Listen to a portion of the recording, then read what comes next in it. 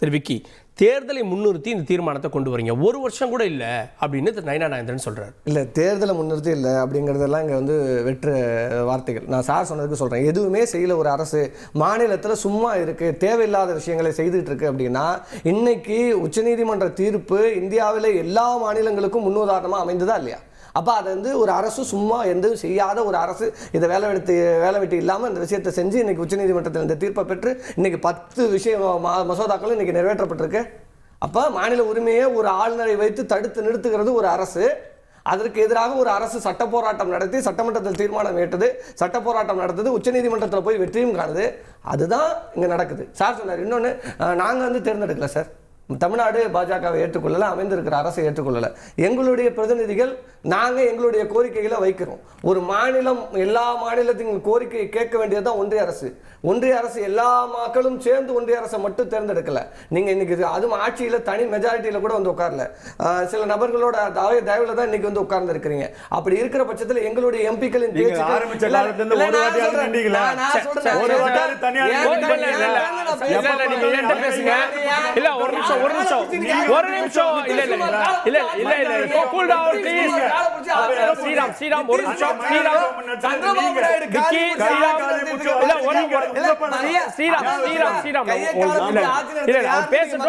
உங்களுக்கு வாய்ப்பு தரேன், குறுக்கீடுகள் இருந்தா அப்புறம் வேண்டாம், யாரும் குறுக்கிட வேண்டாம், நானும் பண்ணுவேன், யாரும் குறுக்கிட வேண்டாம்,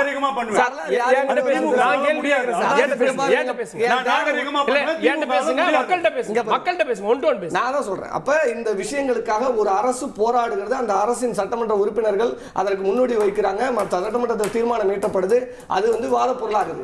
அது ஏன்னா இப்ப மட்டும் நடக்கலங்க. நான் என்ன சொல்றது, காங்கிரஸ் ஆட்சி காலகட்டத்தில் திமுக உரிமையை பெற்றிருக்கு, மாநில சுயாட்சி உரிமையை பெற்றிருக்கு. அதுக்கு தான் நான் 3 எக்ஸாம்பிள் சொன்னேன். இன்னைக்கு இருக்கிற இப்போ ரீசெண்டா பாருங்க, இப்போ டீலிமிட்டேஷன்ல எல்லா மாநிலங்களுக்கும் சொல்லிட்டு மாநிலங்களை திரட்டுறீங்க. இப்போ இது எல்லா மாநிலங்களுக்கும் தான் அப்படின்னு மாநிலங்களை திரட்டுறீங்க. அப்ப இந்த நோக்கம் என்ன? பாஜக எதிர்ப்பு அரசியல், அதுல திமுக முன்னிலையில் இருக்கணும்ன்றதா? இல்லையே, மற்ற மாநிலங்களுக்கு முன்னுதாரணமா நாங்க இருக்கிறோங்கிறோம். மற்ற மாநிலங்கள் இதெல்லாம் மறந்து இருக்கலாம், மற்ற மாநிலங்களுக்கு இதெல்லாம் தெரியாம இருக்கலாம். திராவிட மாடல் ஆட்சி இந்தியாவுக்கு முழுமையாக தேவைப்படுகிறோம். பாரத நாடு பைந்தமிழர் நாடுங்கிறோம். அப்ப ஒட்டுமொத்த தேசமே என்னதுங்கும் போது நான் எல்லாருக்கும் முன்னுதாரணமா இருக்க வேண்டியது என்னுடைய கடமை. அப்ப நான் என்ன சொல்றேன், இது தேர்தலுக்கு இதுக்கு என்னங்க சம்பந்தம்? தேர்தலுக்கு இன்னும் 1 வருஷம் இருக்கு. இப்ப நான் பேசுறதுக்கு தேர்தல் நேரத்தில் பேசுறேன், இன்னும் வைரல் ஆகுமே, இன்னும் நான் வைரலா பாஜக எதிராக விஷயங்களை செஞ்சுட்டு போலாமே. நான் அவசியம் இல்லை. இந்த மாநில அரசு இன்னைக்கு இருக்கிற நிகழ்வுகளுக்கு எதிராக நீங்க மசோதாவை இன்னைக்கு தான் கொண்டு வரீங்க. நீங்க வகுப்பு போர்டுல அமெண்ட்மெண்ட் நீங்க கொண்டு இந்த அறநிலையத்துறையின் கட்டுப்பாட்டில் இருக்கிற கோயில்கள்ல அரங்காவலர்களா இந்துக்கள் தான் இருக்க முடியும். நீங்க வேற யாரையும் போட முடியாது. அப்ப வகுப்பு சொத்துக்களுங்கிறது அந்த திருத்தத்தை வந்து லாஸ்டா அமித்ஷா ஆட் பண்ண நினைக்கிறேன். பிற மதத்தினர் வரக்கூடாது, பிற மதத்தினரும் இன்க்ளூட் பண்ணலாம். அதை மாவட்ட ஆட்சியரின் கட்டுப்பாட்டு நடுவில் நான் கொண்டு வருவேன் அப்படிங்கிறாங்க. நான் என்ன சொல்றேன், இந்த அமெண்ட்மெண்ட் எப்படின்னா, நீங்க இன்னொன்னு நான் தானம் செய்யணும்னா இந்து மத சொத்து தான் வருது. வக்ஃப்ல அவங்க எடுக்கிறது எல்லாமே நீங்க நான் சொன்ன வேலூர் உதாரணம் கூட ஒரு இந்துக்களோட சொத்தை கொள்ளை அடிக்கிறாங்க.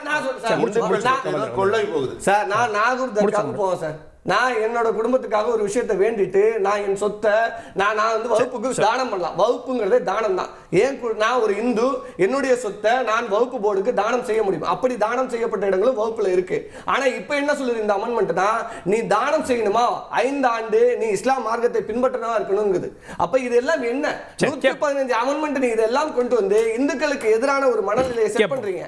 அப்ப இதை வந்து நாங்க வந்து எப்படி அனுமதிக்குது? அப்ப ஒரு அரசு இதையெல்லாம் முன்னுதாரணமா எடுத்து இதை வந்து விடக்கூடாது என்று சட்டமன்றத்தில் தீர்மானம், இந்தியாவில் முதலாக வகுப்பு போர்டுக்கு எதிராக தீர்மானத்தை ஏற்றியது தமிழக சட்டமன்றம் தான். அப்ப நீங்க ஏங்க நடத்துறீங்க? நீங்க ஏங்க எங்களுக்கு தொல்லை கொடுக்குறீங்கன்னா, நீ பண்றது எல்லாம் தொல்லைங்கிறதுனால. நீங்க நயினார் சொல்றாரு, மாநிலங்கள் பிரிக்கப்பட்டது நிர்வாக வசதிகளுக்கு, மாநிலங்களுக்கு தனியாக முழு அதிகாரம் கொடுக்க முடியாது, ஏற்க முடியாது அப்படின்றாரு. வாதம் சரியா?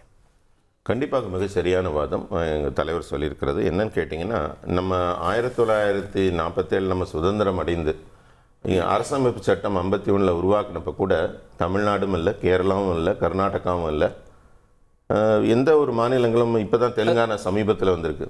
அதனால் ஆந்திராங்கிற ஒரு அமைப்பு கூட உருவாகலை. அதெல்லாம் 56 அதுக்கப்புறம் பொட்டி ஸ்ரீராமில் ஒரு இது பண்ணதுக்கப்புறம் 56 தான் உருவாகுது. அப்போ ஒரு நிமிஷம், அப்போ மாநிலங்களே இல்லாத போது இது தமிழ்நாட்டின், ஆந்திராவின், கேரளத்தின் கூட்டமைப்பின் எப்படி சட்டம் உருவாயிருக்கும்? புரியுதுங்களா? ஒன்றியம் அரசியலமைப்பு சொல்லுது. அதாவது அந்த மாநிலங்களே இல்ல அப்ப. புரியுதுங்களா? இந்த சட்டம் உருவான போது இந்தியா தட் இஸ் பாரத், அதுதான் மொத்தம். இந்தியா தட் இஸ் பாரத், அதை நீ புரிஞ்சுக்கணும்னா ஷால் பி, அதுதான் மஸ்ட் பி இல்ல, ஷால் பி. அப்படியும் வச்சுக்கலாம். நீ எப்படி வச்சுக்கலாம்னா மாநிலங்களின் ஒன்றிணைந்த ஒரு கூட்டமைப்பு அப்படிங்கிறது ஒரு விளக்கம் கொடுத்திருக்காங்க. இதே அவங்க இந்தியா தட் இஸ் பாரத்துக்கு பதிலா the union of all the states can also be called as Bharat நாங்கன்னா நீங்க சொல்றது அர்த்தம் அடிப்படை புரிதல் சட்ட அறிவே இல்லாதவர்கள் தான் இப்படி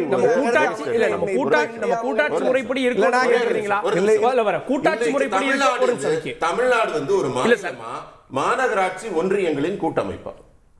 இப்ப இங்க இருக்கிற ஒரு தமிழக முதல்வரா மாநகராட்சி ஒன்றியங்களின் ஒன்றிய முதல்வரா? அதாவது நீங்க விளக்கம் கொடுத்துட்டே போலாங்க. நான் கூட தான் சொல்லுவேன் தனியா போலாமா? ஆமா எல்லாம் அப்ப அவங்க அதாவது இது ஒரு கேவலமான ஒரு விளக்கம். அதாவது சொல்றதுல பிரிவினையை வலியுறுத்தாத நாங்க மாநில சுயாட்சி கேக்குறாங்க. இதை விடுங்க. நீங்க பிரிஞ்சு போலன்னா பிரிவினை எங்க பிரியணும் தான் நினைக்கிறாங்க. அதுக்காக தான் இந்த பேச்சே வருது. பிரிவினைவாதத்தின் தொடக்கம் தான் இது. இதை வந்து நாங்கெல்லாம் சொல்லல. இதை வந்து உச்சநீதிமன்றமே இந்த இதை பார்க்கும்போது வாஜ்பாய் அவர்களும் சொல்லி இருக்கிறார்கள்.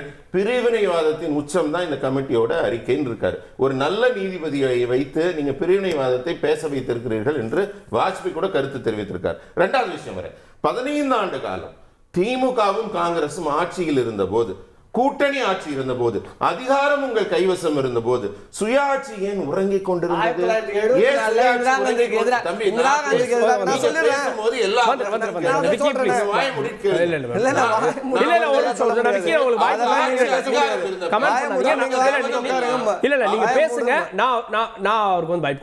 அவங்க ஆட்சியில் அவங்க கவனம் எல்லாம் எங்க இருந்தது?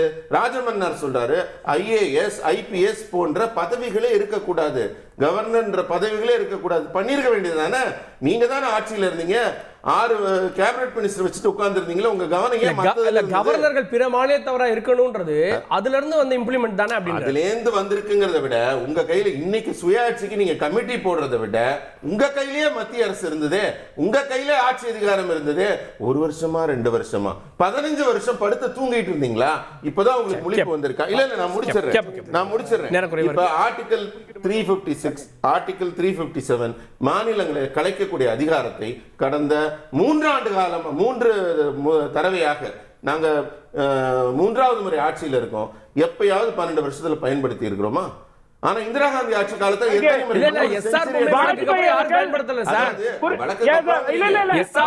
தீர்ப்பு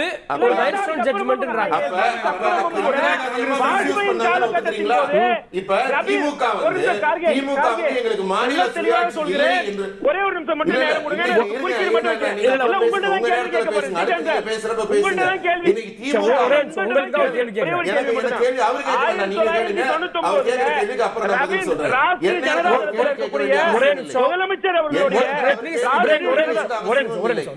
அதனால நான் என்ன சொல்ல வரேன், இன்றைக்கு மாநில சுயாட்சி பத்தி பேசுற திமுக ஒத்துக்கொள்கிறதா? அப்ப மத்திய ஆட்சி தான் நடக்கிறதுன்னு. இவங்க சுயமா ஆட்சியே நடத்தல, எங்களுக்கு சுயமா எதுவுமே இல்ல. இதெல்லாம் மத்திய அரசு தர திட்டங்களை, மத்திய அரசின் நிதிகளை, மத்திய அரசின் அட்வைஸ் படி தான் நாங்க நடக்கிறோம். இத்தனை நாள் எங்க ஆட்சி எல்லாம் சுயாட்சியே இல்லை, நாங்க வந்து மத்திய அரசின் ஆட்சி ஸ்டிக்கர் தான் ஒட்டணும் அப்படின்னு திமுக அரசு ஒத்துக்கிறதா? எத்தனை அதிகாரங்கள் இருக்கின்றன? நீங்க இன்னும் போய் பெட்ரோல் எடுக்கணும்னு ஆசைப்படுறீங்க. கொல்ல போன மலையும் மணலும் போதாதா? நீ இன்னும் அதை வேற கொள்ளையடிக்கணுமா? செய்திகளை உடனுக்குடன் தெரிந்து கொள்ள உடனே சப்ஸ்கிரைப் பண்ணுங்க.